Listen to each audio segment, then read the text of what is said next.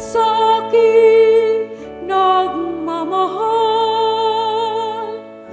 tutupad sa aking aral, ama't ako'y mananahan.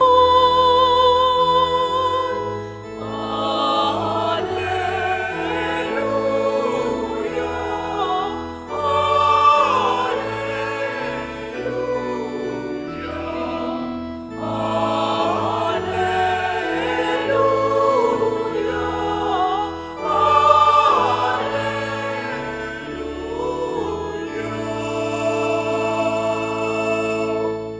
Sumainyo ang Panginoon, At sumayo rin, ang mabuting balita ng Panginoon ayon kay San Juan.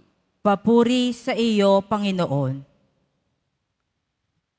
Noong panahong iyon, sinabi ni Jesus sa kaniyang mga alagad, "Kung iniibig ninyo ako, tutuparin ninyo ang aking mga utos. Dadalangin ako sa Ama, at kayo'y bibigyan niya ng isa pang patnubay na magiging kasama ninyo magpakailanman. Ito'y ang Espiritu ng katotohanan na hindi matanggap ng sanlibutan, sapagkat hindi siya nakikita ni nakikilala ng sanlibutan. Ngunit nakikilala ninyo siya, sapagkat siya'y sumasa inyo at nananahan sa inyo. Hindi ko kayo iiwang nangungulila. Babalik ako sa inyo. Kaunting panahon na lamang at hindi na ako makikita ng sanlibutan. Ngunit ako'y makikita ninyo, sapagkat mabubuhay ako at mabubuhay rin kayo.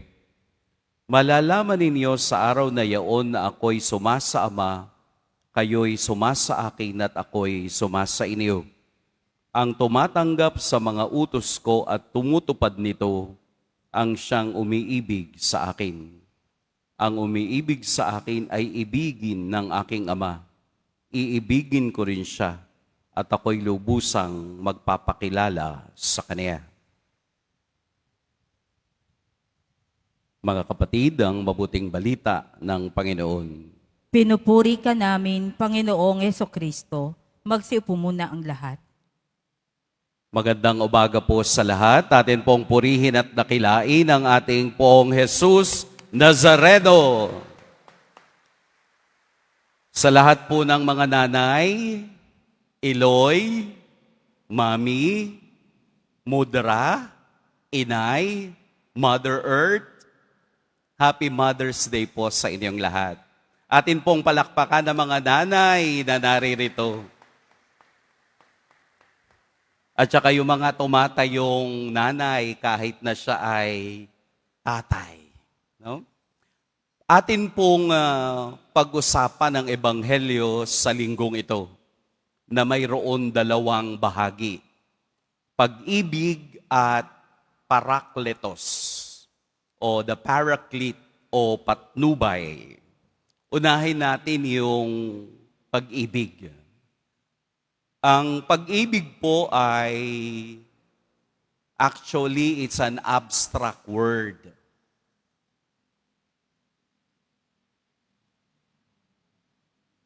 Ano pong ibig sabihin ng abstract word? Hindi natin mahahawakan. Kumbaga, naiisip lamang. Pero dahil sa pag-ibig ng Diyos, dahil sa pag-ibig ni Kristo, itong pag-ibig na ito ay naging konkreto. Ibig sabihin, ipinakita ni Jesus kung ano ang kahulugan ng pag-ibig. Mula sa kaniyang terminong abstraktibo, ito na ngayon ay nagiging isang konkreto. Kaya we can only say that we love God when we concretize our action. Hindi pwedeng mahal mo lamang ang Diyos sa isip, pero hindi mo naman siya mahal sa iyong mga gawa. Kaya nga ang unang salita ni Kristo sa Ebanghelyo, "Kung iniibig ninyo ako, tutuparin ninyo ang aking mga utos. Ano ba yung unang utos ni Jesus? Mag-ibigan kayo. Kaya nga po, tayo'y matatawag lamang na Kristiyano kapag alam natin kung paanong umibig sa kapwa-tao. Ng pag-ibig na nasa konkreto, an action, a decision, and not an emotion. Kaya nga po ang pag-ibig ay nasusukat hindi doon sa iyong emosyon, kung hindi doon sa bagay na iyong nagagawa at ang bagay na ipapakita na mayroong ugnayan sa kautusan ng Diyos. Madaling sabihing mahal kita, pero mahirap ipakita sa isang konkretong sitwasyon. Kaya ito ang challenge ng Ebanghelyo ngayon, na kaya lamang nating masabing iniibig natin ang Diyos o iniibig natin ang kapwa sa pamamagitan ng mga konkretong gawa. At ito'y mahirap.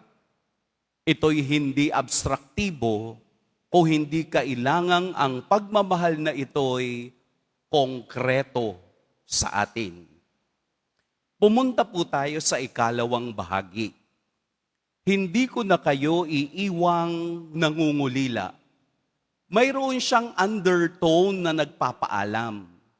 Mayroon siyang kahulugan na parang aalis na si Jesus. Kaya na sinabi niyang, I will not leave you orphan, nangungulila. Hindi ko kayo iiwanang alila. Mayroong patnubay na ipapadala sa inyo at iyon ang parakleto o the paraclete. Linguistically, ang ibig sabihin ng parakletos is one who walks with you along the way. Yung bang kasama mong naglalakbay, kaya tinawag natin siyang patnubay. Siya yung magigiya, siya yung magsasabi ng tama desisyon sa ating buhay. Pero the point is, bakit kailangang mangulila? Bakit kailangan tayong maging orphan? Bakit kailangan tayong maging ulila? Dahil ang presensya ni Kristo'y hahanapin ng mga alagad kapag siya'y umakyat na sa langit at umupo sa kaniyang kaharian.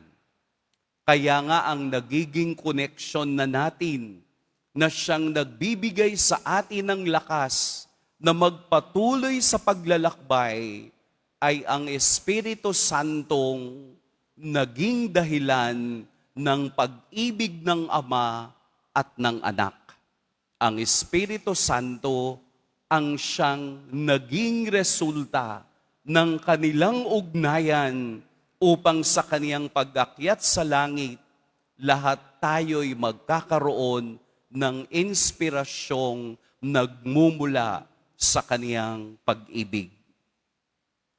Marahil marami rin sa atin ang pakiramdam ng ulila.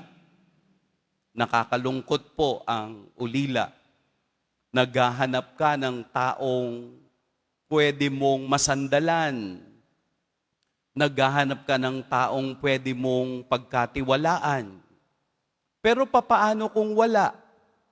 Kaya nga ang assurance ni Jesus sa kaniyang pag-akyat sa langit ay ang Espiritong gagabay, ang Espiritong patnubay upang tayo'y mabigyan ng inspirasyong muling maglakbay at mabuhay ayon sa kaniyang pag-ibig at sa kaniyang awa.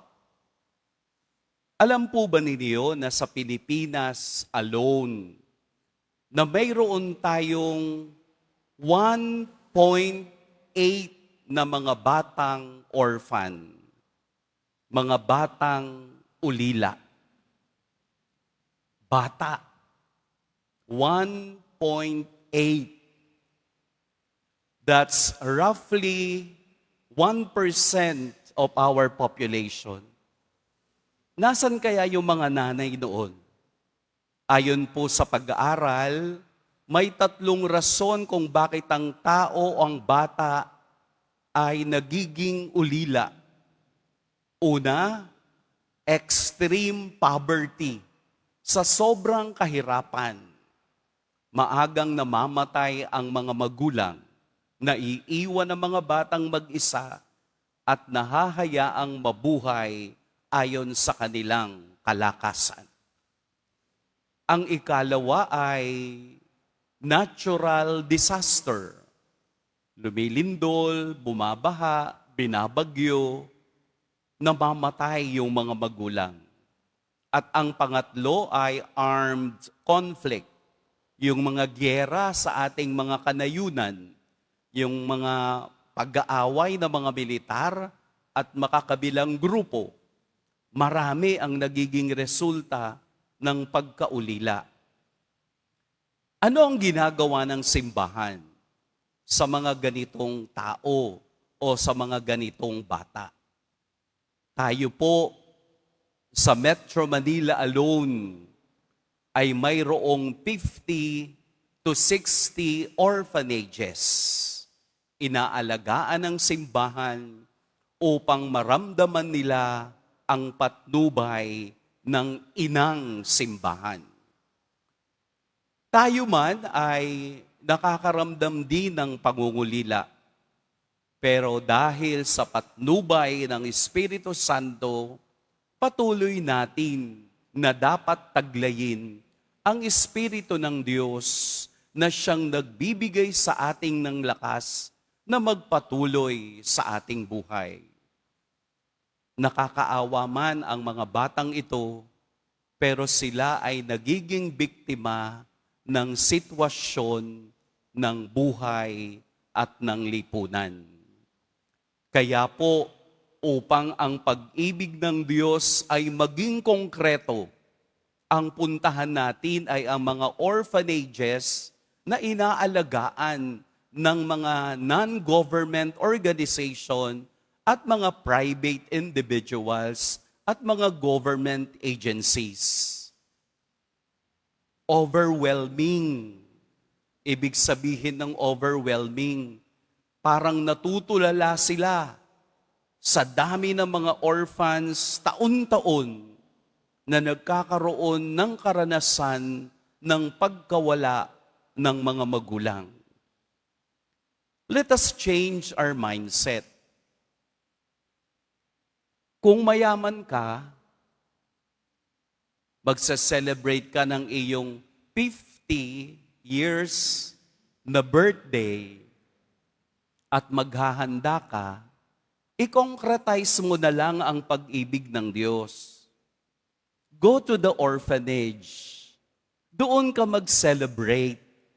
Yung papakainin mong mga tao sa lipunan ninyo o sa barangay na ichichismis ka pa kasi matabang ang spaghetti, doon mo na lang dalin.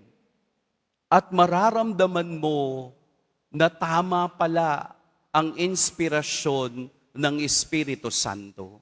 Concretize our love. Gawin nating active ang pag-ibig ng Diyos sa atin.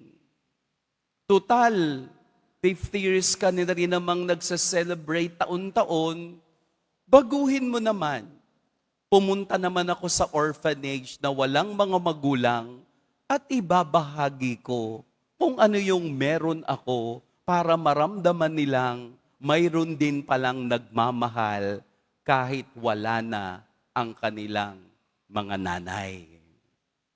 Kaya nga po, sa linggong ito, tayo'y sumasaludo sa mga nanay dahil alam nating kayo po ang unang nagmamahal. Kayo ang hindi nang iiwan. Kayo ang punong-puno ng sakripisyo para kami lumaki at para maging mabuting tao. Sana po ang ebanghelyo ngayon ng pag-ibig na daladala ng Espiritu Santo ay gumabay lahat sa atin, pumatnubay sa tamang landas ng buhay patungo sa kaharian ng Diyos ng pag-ibig at ang Diyos ng pagpapala. Amen. Pagpalain tayo ng poong may kapal.